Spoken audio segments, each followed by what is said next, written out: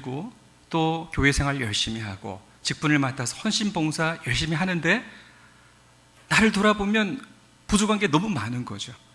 열정을 내고 헌신을 다하는데 뭔가 부족해요. 그래서 내가 어떤 때는 하나님의 거룩한 백성이요 자녀라는 확신이 들지만은 내 모습을 보면 내가 구원받았을까라는 회의와 의심에 빠지게 될 때도 종종 있는 경우를 보는 겁니다. 여전히 구원의 문제를 내가 이루는 것으로 생각을 하는 겁니다. 나의 종교적 열심, 나의 열정을 통해서 구도자의 삶을 통해서 구원을 이루는 것으로 생각하는 그런 인식이 내게 자리 잡고 있기 때문에 그런 것입니다. 그러나 구원은 하나님의 큰일입니다. 그리스도 안에서 창세전에 택하신 자기 백성들을 불러내시는 하나님의 사역입니다. 우리는 에베소서 1장 3절을 통해서 이렇게 기억합니다. 창세전에 그리스도 안에서 우리를 택하사라는 것이죠. 영원전 그리스도 안에서 하나님의 택하심을 따라 구원함을 입은 하나님의 백성들인 겁니다. 하나님께서 자기 백성들을 위하여서 죄악 가운데 불러내기 위하여서 예수 그리스도라는 십자가의 방식으로 구원의 길을 펼치셨고 그 길을 가운데 우리를 초청하고 계시는 거죠. 성령께서 각 사람에게 하나님의 말씀을 듣도록 허락하시고 듣는 이의 심령을 통하여서 마음이 열리게 하시고 하늘을 보게 하시고 그 복음 가운데 깨달음을 허락해 주신다는 얘기입니다. 이 모든 일들, 우리가 믿고 고백하는 이 모든 일들, 우리를 죄악 가운데서 건져내시는 구원의 일들은 하나님께서 친히 이루십니다. 예수 그리스도를 통하여 십자가에서 이루시는 방식으로 우리 가운데 이미 구원을 이루어 주셨습니다. 사망의 권세를 이기고 부활하신 그분의 사역이 바로 우리 자신을 죄악 가운데서 건져내기 위한 구원의 사역이었다는 것을 우리는 기억합니다. 성령, 또 다른 보혜사 성령을 우리 가운데 보내주셔서 우리로 하여금 거듭나게 하시고 신령한 비밀을 보게 하셔서 하나님을 아바 아버지라고 고백하게 하시고 예수 그리스도를 우리의 구주로 그리고 주로 고백하시는 이 역사도 주의 성령께서 하나님의 영 성령께서 우리 가운데 친히 일하심으로 이루어 주신 하나님의 사역인 것을 우리는 기억합니다. 그래서 구원은 오직 하나님의 은혜로 말미암는 것이고 하나님의 절대적인 주권을 통하여 이루어지는 것입니다. 우리의 노력과 우리의 열심의 자리는 없습니다. 종종 우리는 복음을 전하고 또 복음을 듣고 내가 결단을 내리고 내가 믿으니 내가 구원을 이루었다라고 생각할 때가 있습니다. 이 모든 것들은 하나님께서 각 사람을 통하여서 또 복음 전하는 자를 통하여서 또 우리의 마음의 심령에 변화를 주시는 성령의 사역을 통하여서 허락하시는 일들입니다. 구원은 하나님의 큰일이다 라는 사실을 우리가 꼭 기억해야 하겠습니다. 자, 그래서 우리가 믿음으로 말미암아 의롭다 칭함을 받는다라고 하는 칭의의 문제를 얘기를 할 때도 믿음이 주가 되는 것이 아니라는 것입니다. 율법을 지켜 행함으로 우리 자신의 선행을 통하여 자기 공로를 통하여 하나님께 도달할 수 없는 우리에게, 그렇죠?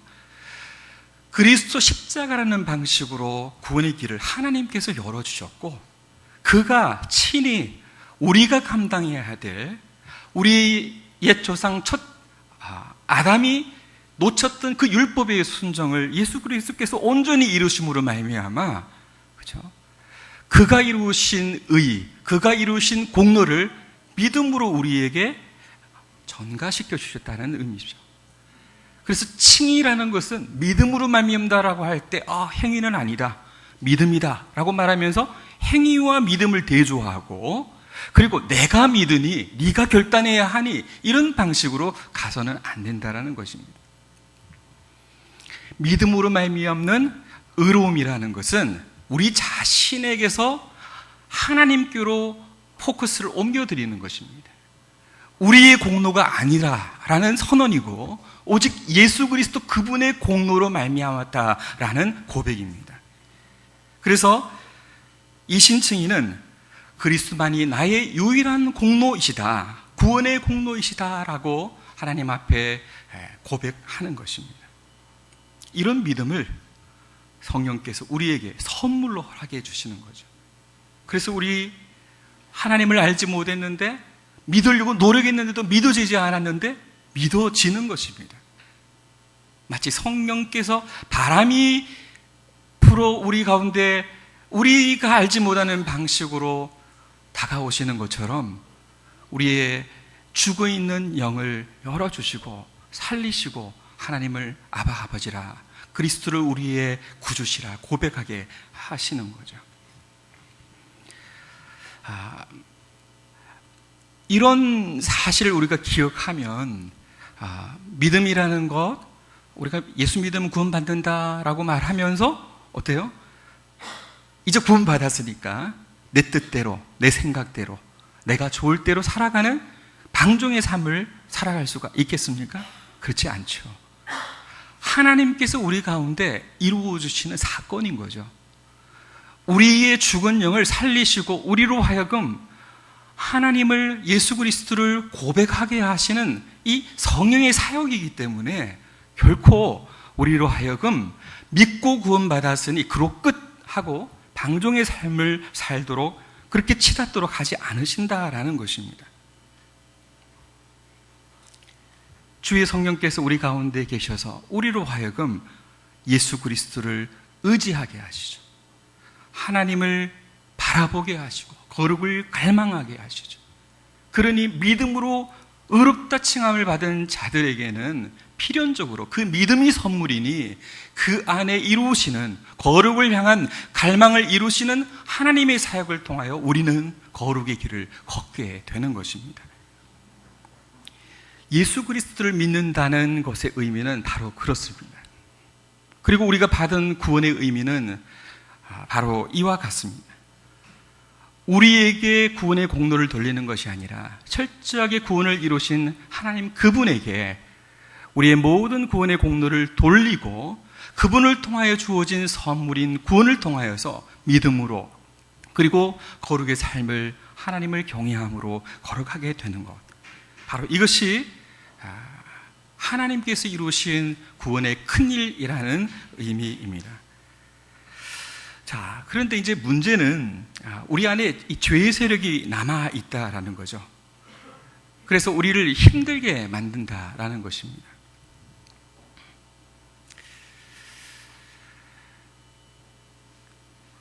이것이 이제 우리의 실질적인 문제인데, 그러면 이 문제를 우리는 어떻게 극복하는가에 관한 문제입니다. 하나님께서 구원을 이루셨다라는 사실을 믿고 고백하는 자들은 구원의 확신 가운데 거하게 되죠. 그런데 방종이 아닙니다. 그 자유가 지나쳐서 이제 구원받았으니 아무렇게나 살아가는 것이 아니죠. 오히려 그 하나님의 은혜 가운데 있음을 우리는 고백하면서 그 은혜에 감사하는 삶을 더욱더 살아가게 되는 것이죠. 오늘도 우리 가운데 그리스도의 영, 또 다른 보이사 성령께서 함께 하시니 그 영을 의지하고 성령 안에서 그와 함께 동행하는 삶을 살아가게 되는 것입니다. 그래서 날마다 십자가로 나아가는 거죠. 날마다 구원인 것입니다. 십자가를 바라보는 가운데 우리의 힘과 우리의 의지로 살 수 없었던 것을 다시 한번 내려놓고, 그래서 그리스도 안에서 그리스도로 구원함을 받은 자이지만 실질적으로 우리 안에 우리를 힘들게 하는 이 죄의 문제가 결코 우리를 좌절케, 우리를 항복해, 우리를 힘들게 하지 않는다라는 것입니다. 이미 십자가의 그 구원의 감격을 알았고 그 보혈이 가져다주는 승리를 경험한 자이기 때문에 날마다 더욱더 십자가를 향하여 그리스도 앞으로 나아가게 되는 것이죠. 그래서 우리는 날마다 옛사람을 벗고 성령 안에서 새 사람을 입게 되는 것입니다. 내가 이루는 구원이 아니라 하나님께서 이루신 구원의 큰일, 하나님의 큰일로서의 구원의 의미를 깨닫는 자는 그래서 날마다 겸손한 마음과 그리고 뜨거운 충성심으로 하나님을 섬기게 되는 것입니다. 오히려 진리를 사모하고 참된 경건함으로 하나님께 더욱 나아가기를 힘씁니다. 감당하기 어려운 시험을 닥칠 때에 우리는 고개를 들어 하나님을 더욱더 바라보게 되는 것이죠. 그리고 오늘도 은혜 베푸실 그 하나님을 고백하며 달려가게 됩니다. 만약 믿음으로 구원받았다라고 말하면서 나는 이제 구원받았으니 하나님께서 나를 버리지 않으신다라고 말하면서 우리를 방종 가운데, 죄악 가운데 두는 사람이 있다면 오히려 그 사람은 십자가의 의미를 알지 못하는 사람일 수 있습니다. 하나님이 그분이 이루신 구원의 의미를 제대로 깨닫지 못하는 사람일 수 있습니다. 참된 그리스도인은 더욱더 그리스도의 제자로 살아가는 자로, 하나님 앞에서 구원의 비밀을 아는 자로 그 길을 걸어가게 됩니다. 자, 이쯤 이제 구원의 의미를 여러분에게 설명을 드렸습니다. 구원은 우리가 이루는 것이 아니라 하나님께서 이루신 하나님의 큰 일이다. 믿음도 우리로 하여금 이루시는 거룩한 갈망과 하나님을 향한 거룩한 삶의 길도, 성화의 길도 주의 성령께서 우리 가운데 은혜로 베푸셔서 이끌어 가신다. 그 사실을 아는 하나님의 백성들은 더욱더 십자가를 바라보고 그리스도를 갈망하며 하나님의 은혜를 바라며 달려나아가게 된다라고 여러분에게 말씀을 드렸습니다. 자, 그래서 우리는 사도 바울이 이 시대 가운데 구별된 하나님의 백성으로 살라고 도전하는 그 음성을 듣게 됩니다. 너희는 이 세대를 받지 말고 오직 마음을 새롭게 함으로 변화를 받아 하나님의 선하시고 기뻐하시고 온전하신 뜻이 무엇인지 분별하도록 하라. 이게 이제 우리의 실제적인 문제인 거죠. 저는 자기 열심을 통하여서 구원의 도를 이루려고 하는 사람들에게는 이미 구원의 의미를 말씀드리면서 그것을 포기하라라는 말씀을 드렸습니다. 하나님의 큰일이다. 그분의 은혜 가운데 나오며 그분의 십자가 앞에 서서 그분이 나를 향한 음성을 듣고 귀 기울이길 원하며 따르기를 소망할 뿐입니다. 그러나 이제 하나님의 백성된 자는, 하나님의 거룩한 자녀된 자는 이제 우리는 어떻게 살 것인가에 관한 문제를 직면하게 되는 것이죠. 바로 이것이 우리의 과제이기도 하고 오늘 율동하였던 우리 아이들을 향한 우리의 바람이기도 한 것입니다. 우리 아이들을 어떻게 하면 언약의 자녀로 하나님이 기뻐하시는 이 세대와 구별된 자로 양육하고 도전할 것인가에 관한 문제입니다.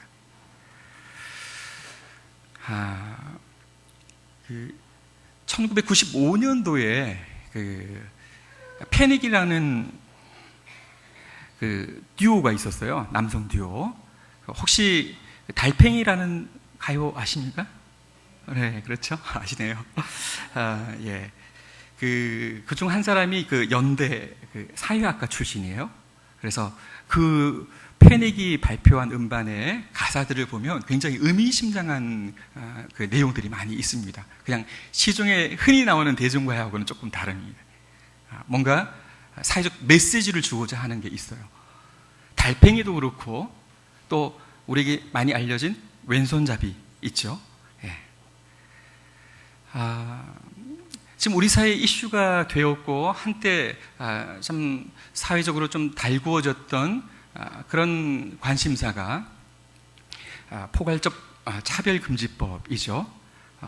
아시는 분들은, 젊은 분들은 많이 아실 겁니다. 동성애라는 성적 지향에 대해서도 수용하면서 그들에 대한 차별 혹은 혐오, 그들에 대한 억압을 철폐하자라는 것입니다.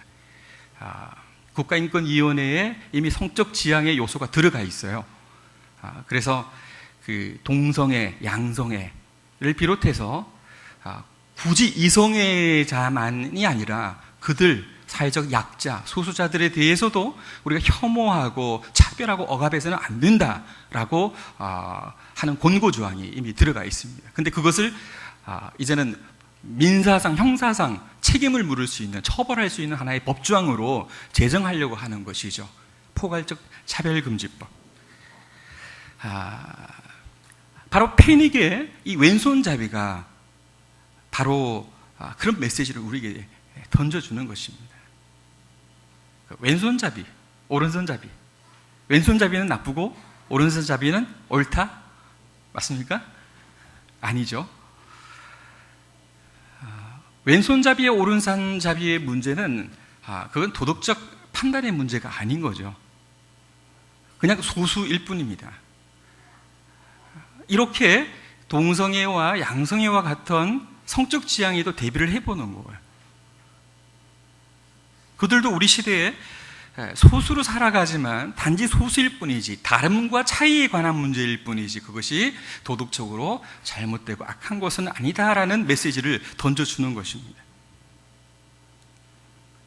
이런 차별금지법을 향하여서 크리스천들 중에서도 크게 두 그룹으로 나눠서, 한쪽은 동성애는 죄다 이렇게 규정을 하고, 동성애자들의 부정적인 측면들을 들춰내서 그들을 굉장히 혐오스럽게 바라보도록, 그러면서 차별금지법 반대운동을 전개하는 일단의 그룹들 있습니다.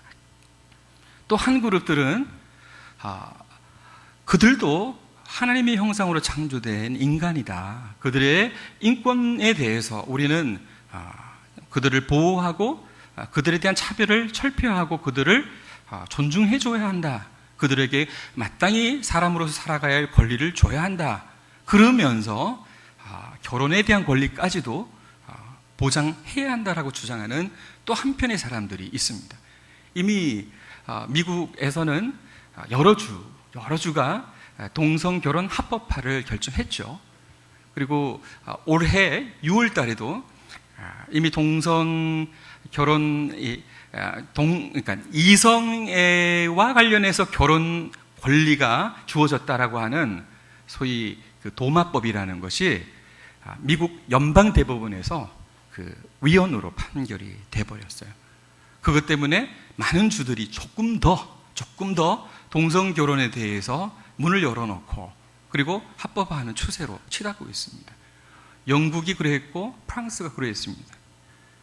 많은 나라들이 점점 인권이라는 주제, 인권이라는 슬로건으로 인해서 동성애자, 사회자 약자, 성소수자들에 대한 관심과 또 그들에게 마땅히 이성애자들에게까지 줘야 할 결혼에 대한 권리까지 부여하는 그런 추세로 흘러가고 있습니다. 같은 그리스도인인데 제가 이런 예를 드리는 것은 서로 다른 관점을 가지고 있다는 거예요.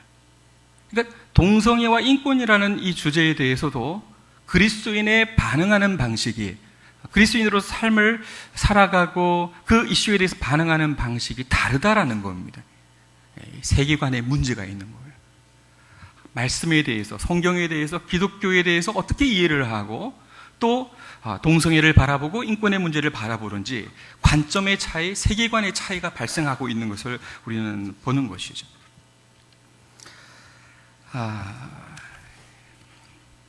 저는 이런 그리스도인의 자녀 교육과 관련해서 바로 이 세계관의 문제에 집중해서 여러분들에게 말씀을 드리려고 합니다.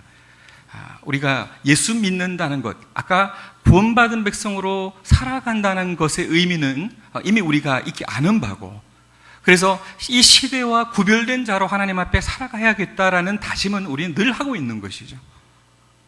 그런데 실제 우리의 일상 속에서 우리의 삶의 문제에 막 부닥치게 될 때 이 문제에 대해서, 구체적인 이 이슈에 대해서 그리스도인으로서 어떻게 사는 것이 합당할까에 관한 질문을 던지게 될 때 우린 너무나 막막해지는 거예요.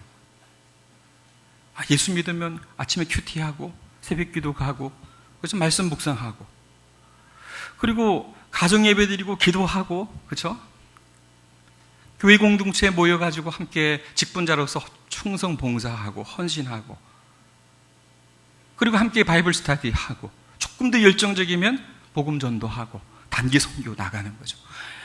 그리스도인의 구원받은 삶에 대해서 우리가 이렇게만 생각하면 너무 간단해 버리는 겁니다. 그렇죠? 열심히 하면 되는 거예요. 그런데 여기에만 머물러 있는 것이죠. 정작 우리에게 주어진 이 시대 속에서 우리가 살아가야 할 세상 속에서의 삶 속에서는 그리스도인으로 산다는 것이 무엇인가 스스로에게 질문을 던져보면 막막해지는 것입니다. 그런데 우리는 이미 이렇게 가요를 통해서도 세계관의 문제를 경험하고 있습니다. 그렇죠? TV를 통해서, 드라마를 통해서, 다큐를 통해서 우리는 날마다 우리로 하여금 어떤 판단을, 가치의 판단을 내릴 것을 요구받고 있다라는 거죠. 그런데 우리에게 성경적 관점이 없어요. 분당에 있는 한 기독교 학교 학부모 세미나에 참석을 해서 강의를 하면서 그런 얘기를 한 적이 있습니다. 이 학교가 추구하는 것이 기독교 학교냐 아니면 미션 스쿨이냐라는 거죠. 오늘 우리에게 미션 스쿨은 너무 많은 거예요. 그렇죠? 일주일에 한 번 채플 드리고 성경 과목 목사님, 교목 목사님과 함께 성경 배우고, 그래서 기독교 건학 이념을 따라서 그 아이들 중에 좀 헌신들 선교사들이 좀 나오면 좋겠고, 그 아이들 가운데 목사 사모들이 많이 나왔으면 좋겠다, 그런 생각을 가지고 미션 스쿨을 운영하는 분들 많이 있을 겁니다. 제가 아는 한 교수님은 한동대학교도 사실상 한국에 있는 기독교 학교의 대표격이긴 하나 어느 정도 미션 스쿨적인 틀을 뛰어넘지는 못하고 있다, 이렇게 이야기를 하기도 했습니다. 이 말을 그리스도인의 자녀 교육과 관련해서 우리가 해보자는 거예요. 우리가 아이들을 언약의 자녀를 양육한다라고 할 때 우리 아이들을 시대와 분리된 자로 정말 경건하게 살아가는 그리스도인으로 양육한다라는 것의 의미가 뭘까라는 거예요. 세상 아이들과 함께 도덕적으로 문란하지 않고 세상 사람들이 살아가는 삶의 방식으로 살아가지 않고 어렸을 때부터 말씀 읽고 기도하고 경건의 훈련을 도모하고 그리고 교회를 중심으로 해서 열심히 신앙생활을 하는 것만으로 우리가 어린 아이들을 언약의 자손으로 자녀로 잘 양육했다라고 말할 수 있을 것인가라는 거예요. 그러면서 우리가 아이가 열심히 교회 봉사를 하면서도 좋은 대학 가기를 바라는 거예요. 1등 하기를 바라는 거고, 사회적인 성취를 이루기를 바라고, 세상 사람들 가운데서 성공하고, 그죠? 번영하기를 기대하는 거예요. 이것도 잡고 저것도 잡는 것이에요. 그렇게 얘기를 할 때 자녀 교육이라, 그리스도인의 자녀 교육이라는 것의 목표는 뭡니까? 세상 사람들과 세상적인 삶의 가치와 목표를 따라 똑같이 예배당 밖에서는 그렇게 살도록 우리 아이들 1등 만들고, 그죠? 우리는 하나 더 가지는 거예요. 종교의 영역에서, 기독교라는 신앙의 영역에서 하나님을 경외하고 하나님을 예배하는 자로, 구별된 자로 살도록 한다라고 하는 생각들인 거죠. 근데 과연 이것이 하나님께서 바라시는 그리스도인의 모습일까? 우리가 기대해야 할 그리스도인의 자녀 교육의 목표일까라고 우리가 질문을 던져보지 않을 수 없는 것입니다. 웨스트민스터 소요리 문답 배우고 계십니까? 웨스트민스터 신앙고백서 그리고 소요리 문답 있는데 어린 아이들을 위한 교리 교육서죠. 1문에 뭐라고 얘기를 합니까? 사람의 제일 되는 목적이 무엇입니까? 네, 하나님을 영화롭게 하고 영원토록 그를 즐거워하는 것이다. 근데 이게 너무 관념적이지 않습니까? 구체적으로 어떻게 하는 것이 하나님을 영화롭게 하고 그를 영원토록 즐거워하는 것일까요? 여러분의 가정에서, 여러분의 직장에서, 여러분이 살아가는 삶의 일상 속에서 어떻게 하는 것이 하나님 영화롭게 하고 그를 영원토록 즐거워하는 것일까라는 거예요. 하나님의 영광을 위하여 산다라는 삶의 목표를 가진 그리스도인들은 참 많습니다. 그렇죠? 참 신실한 그리스도인들이 많이 있습니다. 그러나 그 하나님의 영광, 하나님을 영화롭게 하는 삶에 관한 내용에 있어서 그럼 어떻게 라고 질문을 던지게 되면 모호해지는 거예요. 달라지는 겁니다. 각기 달라지는 겁니다. 많은 경우는 그렇습니다. 우리가 열심히 공부해서 1등해서 하나님께 영광 돌리는 거예요. 그렇죠? 학점 펑크 안 나고 이왕이면 열심히 해서 장학금 타고, 그렇죠? 세상 사람들보다 더 우위에 서는 것이라고 생각을 하는 거예요. 연말 대종상 시상식 이런 거 보시죠? 그러면 우리는 저 사람이 크리스찬이었네? 라고 하는 경우들을 종종 봅니다.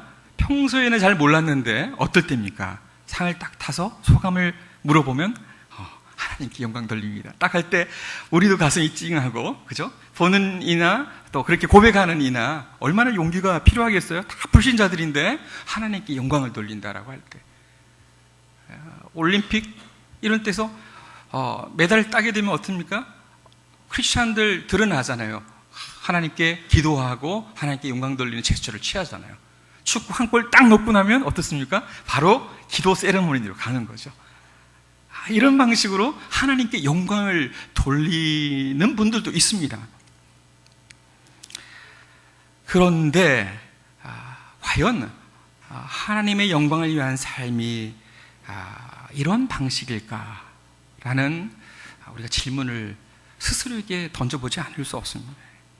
세상 사람들이 추구하는 1등 인류 신화를 추구하면서 세상에서 성공하고 번영하는 것이 마치 하나님의 영광을 위한 삶인 것처럼 우리가 그렇게 보아야 할 것인가라는 거예요. 경건 생활 잘하고 말씀 믿고 기도하고 전도 잘하면서 세상 속에서 1등을 추구하는 삶. 그러면 그 세상은 하나님과 그 정도의 관계가 있는 거죠. 1등에서 하나님께 영광을 돌리는 방식입니다. 그러나 여전히 그 1등 신화에 사로잡혀 있는 삶의 가치는 세속적이고 세상적입니다.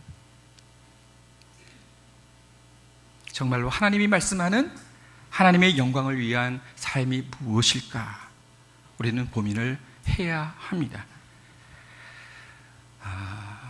우리 교우들과 함께 구원의 의미를 살피면서 이미 구원받은 백성으로 세상과 구별된 거룩의 삶을 살아가야 한다라는 사실에 대해서는 다 공감을 하시는 것 같습니다. 이제 하나님의 영광을 위한 삶이 우리 인생의 목표라는 사실, 또 우리 자녀들도 그 목표를 향하여 달려가도록 아이들을 어릴 때부터 양육하고 도전해야 된다는 사실도 이미 다 공감을 하실 것 같습니다. 자, 여기까지는 이미 우리가 다 알고 있는 내용이에요. 그런데 제가 오늘 여러분들과 함께 나누고자 하는 것이 이것입니다.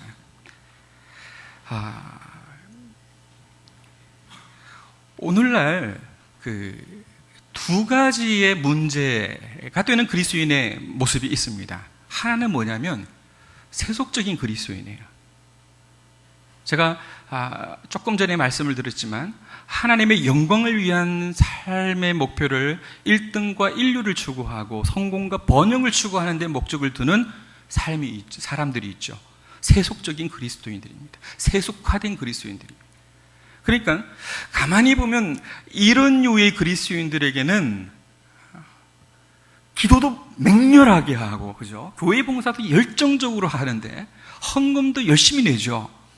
그래서 종교적으로 보면 굉장히 경건하고 열심히 있는 것처럼 보이는데 어때요? 그것마저도 무엇을 향하여 목표 되어집니까? 세상에서의 1등이에요. 인류가 되는 것이에요. 안정을 추구하는 것이에요. 번영과 성공을 추구하는 것입니다. 하나님은 어떤 분이 되는 거죠? 네, 우리가 하나님의 영광을 위해 산다라기보다 어때요? 1등이라는 것을 하나님의 영광을 위한다라고 딱 정해놓고 결국에는 나를 위한 삶을 살게 되는 거예요. 하나님은 그 순간에 도깨비 방망이로, 그죠? 전락하는 거예요. 그리스도는 우리에게 복을 주는 하나의 수단이 되어버리는 거예요. 세속적인 삶의 방식들, 자연인들이 추구하는, 자연 종교가 추구하는 그런 삶의 방식들을 그대로 가져와서, 그죠? 포장만 하는 거예요. 거기에 예수 붙이고, 거기에 하나님 붙이고, 거기에 기도 붙이고, 거기에 성령 붙이는 거예요. 그리고 이 모든 열심과 이 모든 헌신은 목표는 뭐예요? 내 자신의 1등, 성공, 번영, 만족이 되는 거죠. 어쩌면 오늘 한국교회 많은 교회의 모습들이 이런 모습들일 것 같습니다. 그래서 교회는 더 이상 십자가를 말하고 죄에 대한 회개를 선포하는 모습들이 점점 상실해져 가고 있어요. 그거 하면 사람들 싫어하거든요. 어떻게 해서든지 그들로 하여금 도전을 하고 헌신케 하고 열정을 내게 해서 세상에서 인류 1등이 되도록 그들을 몰아갑니다. 그래서 교회가 이제는 성경 얘기 잘 안 하는 교회들이 많아요. 그래서 셀로 이렇게 모이면서 이야기를 할 때 그냥 살아가는 얘기해라. 그러니까 문턱을 낮추는 거예요. 불신자들도 가까이 접근할 수 있도록 하는 그런 취지, 명분을 얘기를 하지만 교회 안에 복음이 사라져가는 거예요. 십자가와 죄에 대한 회개의 선포가 없어져가는 거죠. 과거에 90년대 한국교회에 상당한 영향을 미쳤던 윌로우 크릭 커뮤니티 철치, 그렇죠? 빌 하이벨슨 목사의 윌로우 크릭 커뮤니티 철치 같은 경우도 마찬가지입니다. 구도자를 위한 예배라고 얘기를 하죠. 그래서 문턱을 낮춰요, 자꾸. 그래서 죄와 십자가를 말하고 회개를 말하고 심판을 말하고 하지 않아요. 그리고 예수 그리스도를 통한 구원을 선포하지 않죠. 2005년도쯤 이 윌로우 크릭 커뮤니티 철치의 담임 목사였던 빌 하이벨슨 목사님이 회개를 했어요. 자기가 그렇게 문턱을 낮추고 불신자들도 좀 더 교회의 친근함을 가지고 가까이 올 수 있도록 이렇게 노력을 했는데 보니까 복음에 회심하고 예수의 제자가 된 사람들이 거의 없더라는 거죠.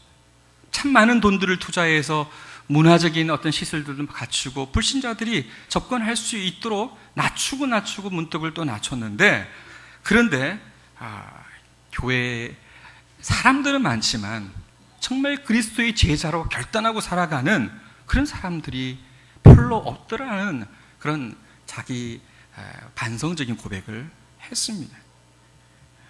세속주의적인 그리스도인의 모습, 또 이를 추구하는 오늘날 교회의 모습은 하나님의 영광을 위한 삶을 1등, 출세, 사회적 안정, 좋은 대학, 물질적 안위에 둡니다.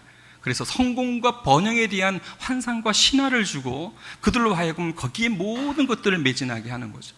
그를 위하여 교회 생활과 개인의 경건이 다 활용이 되어집니다. 자, 이쯤 되면 이런 정도의 기독교라고 할 것 같으면 우리는 이거는 뭔가 문제가 있는데 라고 생각이 들죠.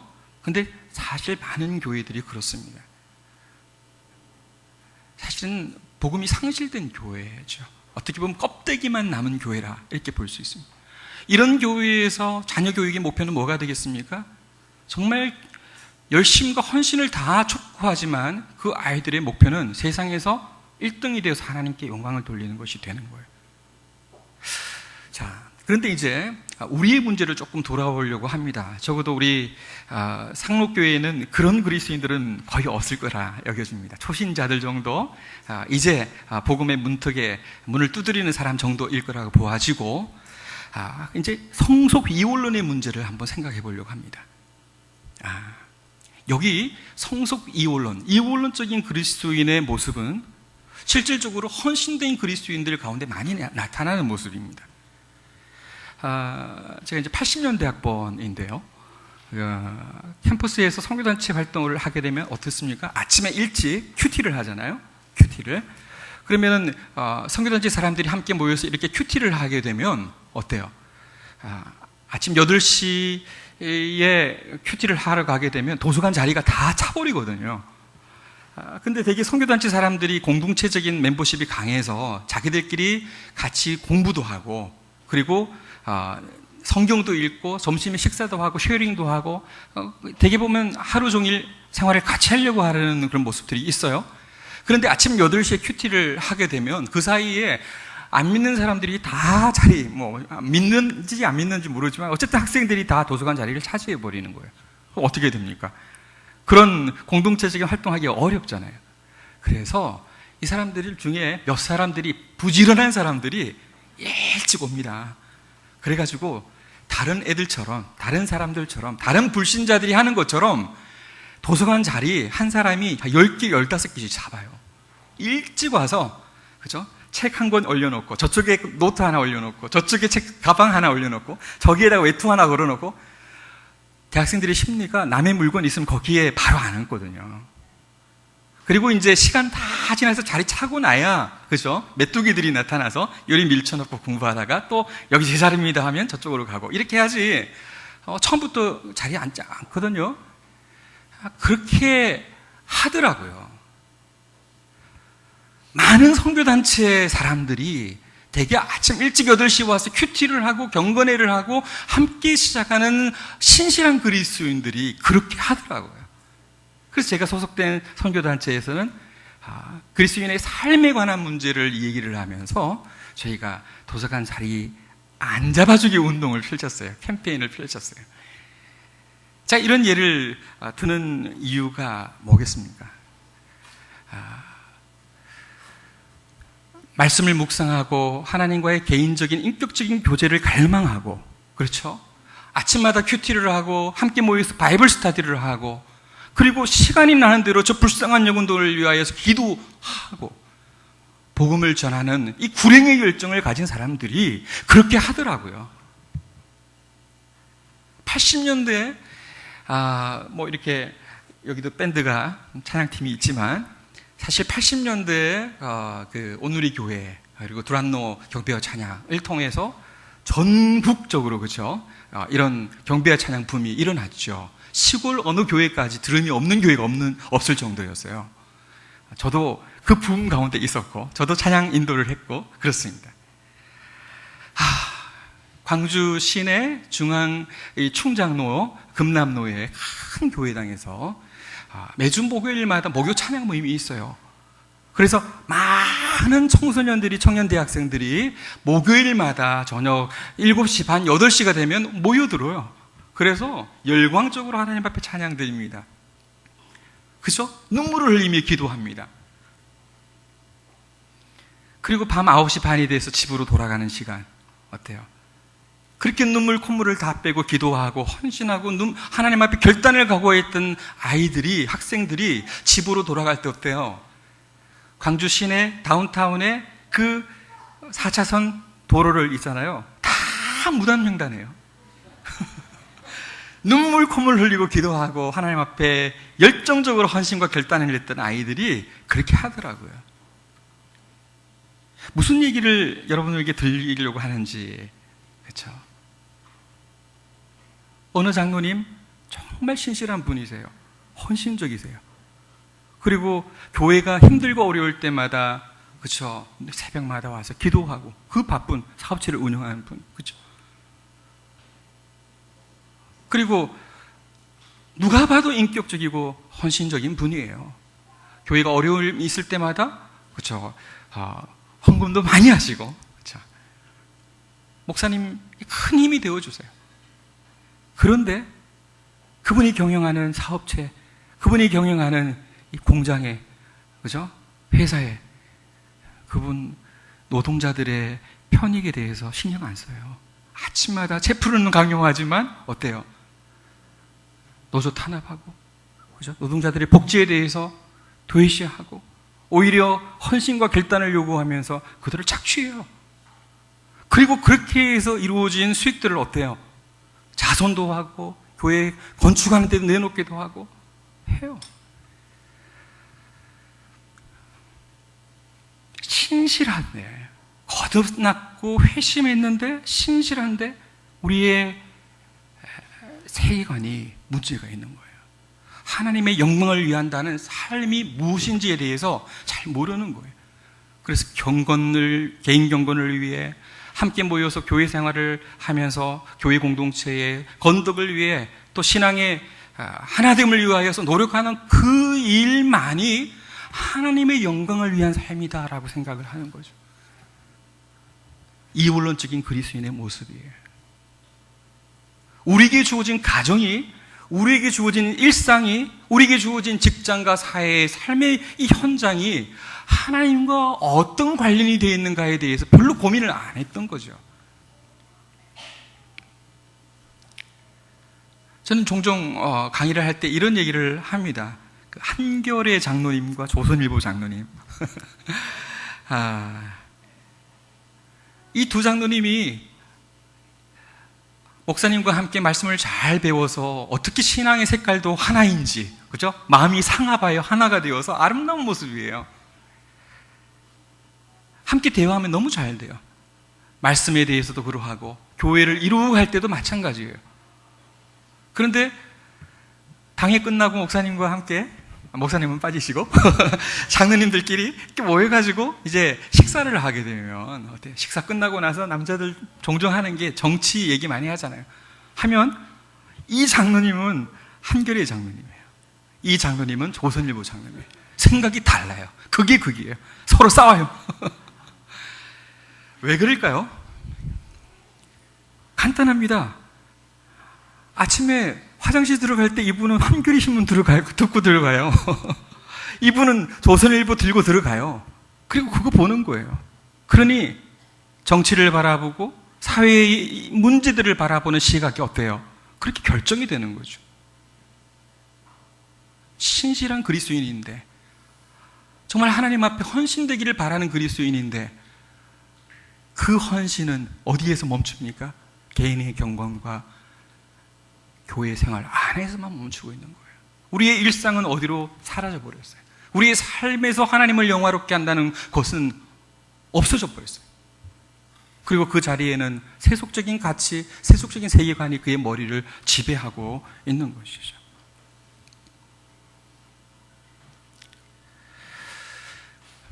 기독교 세계관이 그래서 중요하다라고 말씀을 드리는 것입니다. 기독교 세계관은 우리로 하여금 헌신된 제자로 하나님의 영광을 위한 진정한 그리스도인으로 살도록 도전하는 것이에요. 성경이 말하는 성경적 세계관, 기독교 세계관이 우리에게 겸비되지 않으면 우리가 주의 영광을 위하여 산다라고 하면서도 전혀 하나님께서 기뻐하지 않는 방식으로 살아갈 수 있다는 것이에요. 어떤 이들은 세상에서의 번영과 성공을 위하여 세상에서 1등 신화를 추구하는 것이 하나님의 영광을 위하여 산다라고 착각하는 것이죠.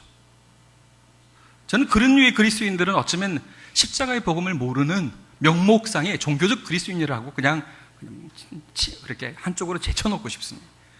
그러나 이원론적인 그리스도인들 중에는 정말로 헌신된, 정말로 회심하고 그리스도 안에서 신실하게 살아가기를 소망하는 참 아름다운 신앙을 가진 분들 중에서도 너무 많이 나타난다는 거예요. 하나님을 어떻게 이해하는 것입니까? 우리의 구원의 주로만 이해를 하는 것이에요. 그분은 이 세상을 창조하신 이 세상의 주인이시잖아요. 그렇죠? 비록 죄악 가운데 죄가 관영하지만은 그분은 창조주이시고 섭리주이신 하나님이시네요. 하나님의 통치 영역이 예배당 안에 제한되지 않죠. 우리 삶의 모든 영역이 걸어가신 하나님의 통치 가운데 있는 영역인 것을 우리는 보게 됩니다. 예수 그리스도를 우리의 구세주로만 고백하지 우리의 주, 왕으로 고백하지 않는 것이에요. 우리를 죄악 가운데 건져주신 구원의 주로 그분을 고백하고 감사의 고백을 드리지만, 그러나 정작 우리가 예배당 오늘 문을 다 박차고 들어가는, 그래서 실제로 살아가야 할 시간들은 어디가 더 많아요? 세상이잖아요. 가정이잖아요. 직장이잖아요. 우리 삶의 일상이잖아요. 그곳에서 우리의 왕이 되시고 우리의 주가 되신다는 사실에 대해서는 별로 생각하지 않는 거예요. 그래서 힘들고 어려운 세상은 어떻게 하면 탈출하고 도피하는 마지못해 먹고 살기 위해 살아가는 삶의 현장 정도로만 여기지, 거기에서 어때요? 항상 그리스도는 왕따예요. 고립되어 있어요. 주류가 아니에요. 그리고 거기에서 뭘 해야 될지를 몰라요. 어떻게 하면 빨리 주일이 돼서 예배당으로 와야 되겠어요? 도피처가 되는 거죠.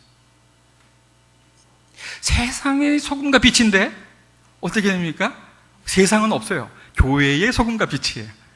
우리끼리 소금 창고에 짠맛, 저분은 진짜 짜고 이건 덜 짜고 하지만 짠 소금들끼리 다 모여가지고 있어요.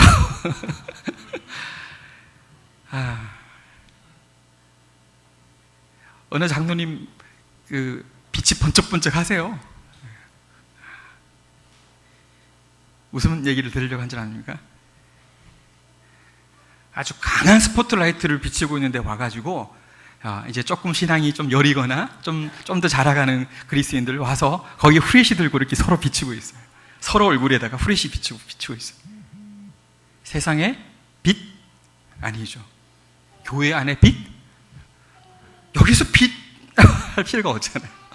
우리는 세상 속에서 소금과 빛으로 우리에게 주어진 사명을 감당해야 하는데, 함께 모여서 소금 창고에 가둬져 있고 우리보다 더 강한 빛이 있는데 거기에다가 후리시대고 서로 얼굴에다가 빛을 비추고 있는 거예요. 세상 속의 십자가의 군사로 살아가야 될 그리스도인이 연병장에 모여서, 유격장에 모여서 열심히 훈련받고 군가만 외치면서 전쟁이 터졌는데 안 나가는 거예요. 그리고 그 전장터에 나가면 죽을 것 같아서 그냥 그 자리에 계속 머물러 있는 거예요. 자기들끼리. 어쩌면 오늘 우리들의 모습이 아닌가 한번 스스로에게 도전을 해봐야 되지 않을까 생각이 듭니다. 그래서 기독교 세계관이 대단히 중요하다는 말씀을 드리면서 제가 이제 긴 시간이 아니기 때문에 기독교 세계관에 대한 간략한 설명을 드리도록 하겠습니다. 자, 우리가 기독교 세계관을 이해할 때 하나님에 대해서 바르게 아는 것이 중요합니다. 자, 하나님은 우리의 구속주일 뿐만이 아니라 창조주이시다라는 사실이에요. 하나님께서 이 세상을 창조하셨다는 거죠. 에덴 동산에서 아담과 하와가 그냥 둘이 평생 동안 그 참 아름다운 자연 환경에서 서로 소꿉장난하면서 둘이만 사는 것이 아니죠. 하나님 애초의 목표는 뭐예요? 생육하고 번성하여 땅에 충만하라 하는 거예요. 아담과 하와 둘이 목적이 아니라 그들이 언약 백성의 머리로서 백성을 이루는 거예요. 그리고 그 백성들은 하나님을 왕으로 모시는 하나님의 백성들인 거죠. 그들은 사회를 이루고 그들은 함께 모여서 정치, 경제, 사회, 문화, 삶의 모든 각각의 영역들 속에서 하나님을 영화롭게 하는 삶을 살아가야만 하는 것이에요. 하나님께서 에덴에서 아담을, 하와를 통하여서 계획하셨던 것, 그렇죠? 둘이 하나가 되어 하나님의 형상으로 하나님을 영화롭게 하는 삶을 그분이 기대하셨을 때에는 바로 이 땅 가운데서 사회를 이루고 문화를 창조하며 하나님이 기뻐하시는 직업과 소명의 삶을 살도록 하셨다라는 거예요. 근데 그것이 죄가 들어옴을 통하여서 왜곡됐죠. 변질됐죠. 그러나 세상에 문화를 이루고 세상에 이 직업적 소명을 가지는 일들은 타락한 이후에도 계속되고 있죠. 계속되고 있는 거지. 아담에게 문화 명령을 주셨는데, 그렇죠? 하나님이 기뻐하시는 문화를 창조할 책임을 주셨는데, 우리에게 다양한 삶의 영역 속에서 고유의 직업과 은사를 따라서 하나님이 기뻐하시는 방식으로 정의와 형평과 인애를 행하면서 살아가야 할 책임을 주셨는데, 죄가 들음으로 인해서 인류는 이 모든 것들을 하나님을 반대하는 방식으로 가고 있다는 거예요. 일그러졌어요. 왜곡되었어요. 죄는 모든 요소 속에 다 스며들어서 하나님을 반역하는 방식으로 문화를 창조하게 하고 우리의 직업과 우리의 소명을 하나님을 반대하는 방식으로 우리로 몰아가고 있다는 거죠. 그렇다면 구속의 의미는 뭐냐라는 거예요. 구속의 의미. 복음을 전하고 그리스도를 알게 하고 회심하고 주께로 돌아오는 구원의 역사가 그 가운데 이루어진다면 그것으로 끝입니까? 전도하고 예수 믿고 구원 받으면 그걸로 끝이고 우린 또 전도하러 나가고 이런 순한 고리 속에만 있습니까? 아니죠. 세례를 주고 내가 너에게 분부한 이 모든 것을 가르쳐 지키게 하라. 가르쳐 지키게 하라가 없어 보여.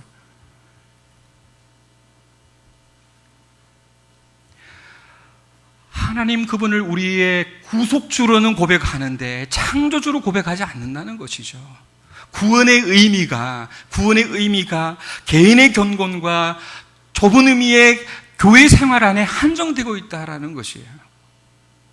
하나님께서 첫 아담에게 에덴에서 계획하셨던 하나님께서 왕이 되시는 사회와 문화에 대해서 고민이 없는 것이에요. 우리의 직업이, 우리의 소명이, 우리의 가정이, 우리의 직장이, 우리의 학교가, 우리의 일상이 하나님을 영화롭게 하며 그분께 영광을 돌려야 되는 삶의 터전, 예배의 터전이라는 사실을 우리가 놓치고 있다라는 것입니다.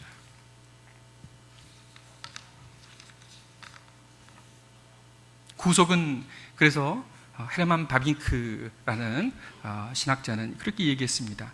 창조의 회복이다. 대단히 중요한 거예요. 처음 하나님께서 창조하셨던 세상이 죄가 들어오면서 이지러졌잖아요. 하나님을 반역하게 됐잖아요. 그것을 바로잡는 것이에요. 아이들을 양육하면서 1등 되게 하고, 공부 좀 못하면 야단치고, 다른 아이들과 비교하고, 세상 사람들의 방식으로 그렇게 자녀 양육을 하는 것이 아니라는 거죠. 예수 믿었는데, 구원받았는데 열심히 새벽기도 드리는 그것으로 신앙의 열정을 보이고 신실함을 드러내는 것이 아니라, 그렇죠? 세상 사람들이 다루는 방식과 다르게 우리 아이들을, 우리의 자녀들을 양육하고 도전해야 하고 키워가야 한다는 것이에요. 동성애를 바라보는, 차별금지법을 바라보는, 인권을 바라보는 우리의 시각이 성경이 말하는 시각으로 바라보고 가야 한다는 거예요. 믿지 않는 사람들은 인권을 얘기를 하면서 동성애자 역시 성소수자로 인권에 대한 존중, 그들의 인권에 대한 보호가 필요하다라고 얘기를 하잖아요. 맞죠? 그들도 하나님의 형상으로 창조되었으니까 우리는 그리스도 안에서 그들이 회개하고 회복되어야 할 하나님의 형상으로 그렇게 기대를 합니다. 십자가 앞에 우리의 모든 죄를 우리가 다 회개하고 나오는 것처럼 그들도 한 가지 더 있죠. 동성애라는 죄를 회개하고 나와야 되죠. 그런데 그들은 동성애를 죄라고 보지 않으니까 어떻게 합니까? 이성애자들이 갖고 있는 결혼의 권리를 동성애자들에게도 줘야 된다, 이렇게 얘기를 하는 것이죠. 인권을 그렇게 해석을 하는 겁니다. 그리고 어떤 그리스도인들은 그것이 옳다고 여기고 인권운동을 펼쳐나가고 있습니다. 세상 사람들이 바라보는 인권에 대한 개념과 성경이 말하는 인권에 대한 개념이 바꿔지는 거죠. 타락한 세상의 가치들이 성경을 통해서 회복되는 것이에요. 성경적 세계관으로 다시 투영되는 것이고 새롭게 조명되는 것이죠. 그리고 그러한 사회적 이슈 하나하나에 대해서 성경적 세계관을 가지고, 기독교 세계관을 가지고 우리가 바라보고 그리고 행동하는 것이, 살아가는 것이 바로 하나님을 영화롭게 하고 하나님을 기쁘시게 하는 삶이 아닐까 하는 생각을 해보게 됩니다.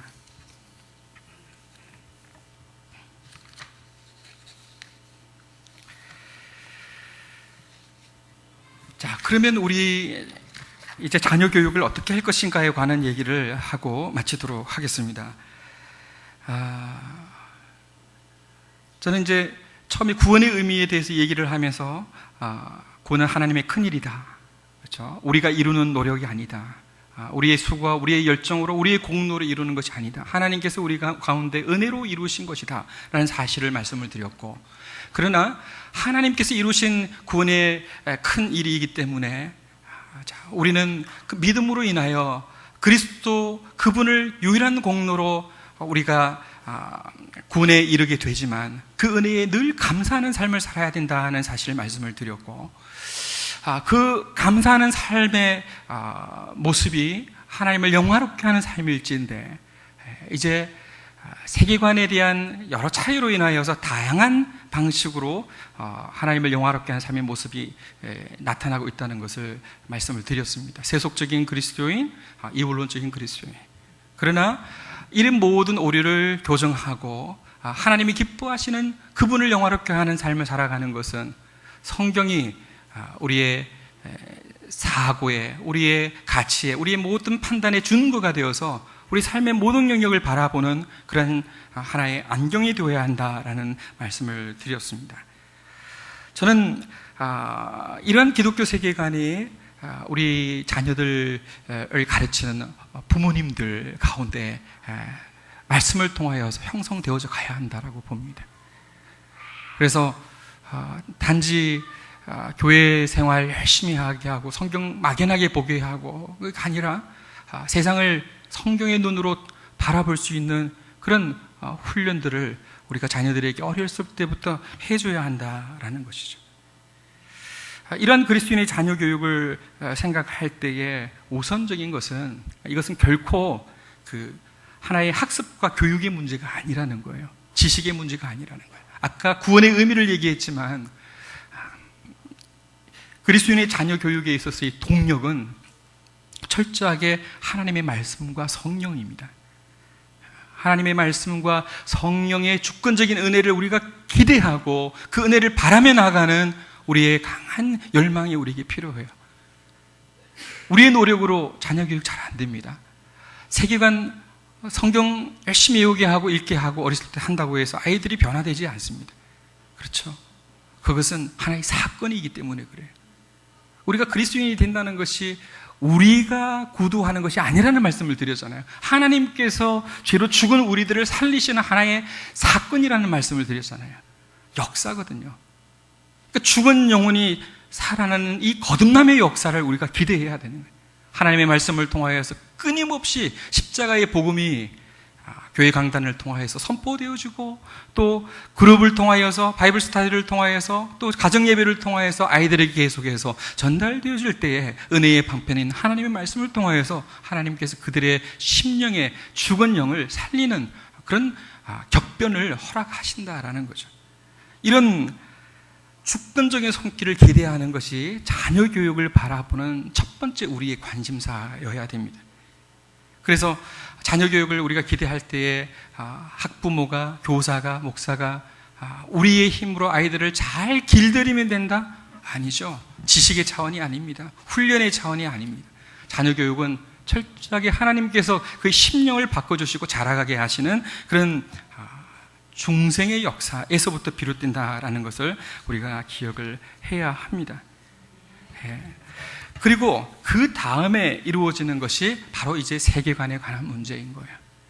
그래서 아이들이 변화되어졌을 때, 그렇죠? 새로운 중생자로서 거듭나게 되었을 때에 그의 지정의 전 인격은 이제 하나님의 말씀에 반응하는 인격이 되기 때문에 하나님의 말씀의 원리를 통하여서 아이들로 하나님이 어떤 분인지, 세상이 어떤지, 그렇죠? 인간이 어떤 존재인지 우리가 성경이 말하는 주요한 기독교 세계관의 핵심들을 가르치면서, 그리고 하나님께서 우리에게 주신 영원한 도덕법인 거룩한 계명을, 10계명의 원리들을 바르게 이들이 이해하고 그것이 구체적인 삶의 문제에 어떻게 접근할 것인가, 그러한 훈련들을 우리가 계속 해나가면서 아이들로 하여금 우리의 일상이 결코 하나님을 향한 신앙의 영역에서 배제되지 않도록 그들을 도전하고 키워나가는 일들이 너무나 필요하지 않을까라는 생각을 해봅니다.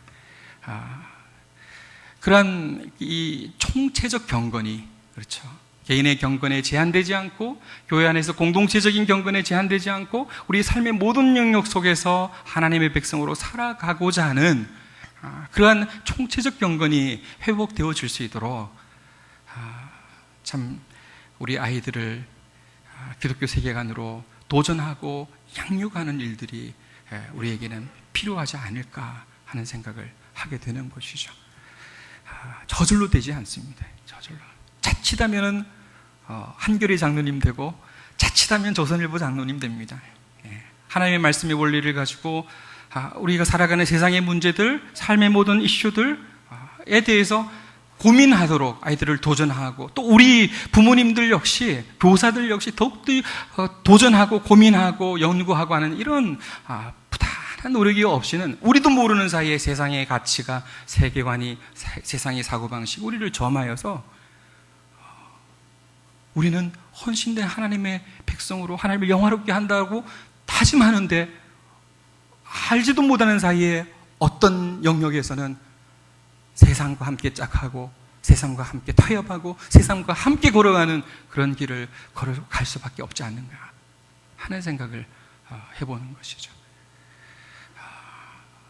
첫 출발이라고 생각이 들고, 그런 고민들이 앞으로 어떻게 하면 성화의 삶을 우리의 일상 속에서 살아갈 것인가 더욱더 연구하고 고민하는 일들이 우리 사랑하는 상록교회 교우들과 또 교사와 모든 공동체 성도님들을 통하여서 이루어지기를 간절히 소망을 해봅니다.